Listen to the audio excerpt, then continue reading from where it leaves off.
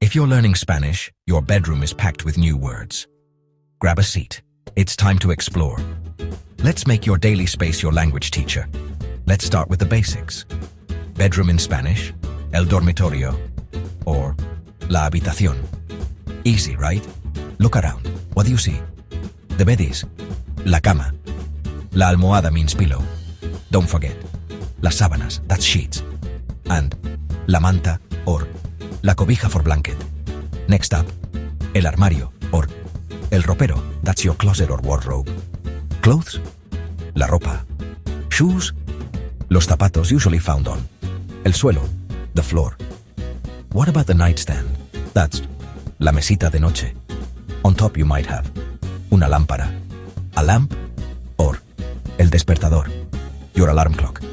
Let's not forget la ventana, the window, and las cortinas, the curtains. Maybe you see un espejo, a mirror, or una cómoda, a dresser.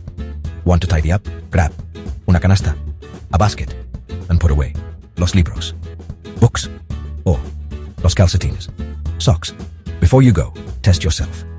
Point to each thing in your room and say its name in Spanish.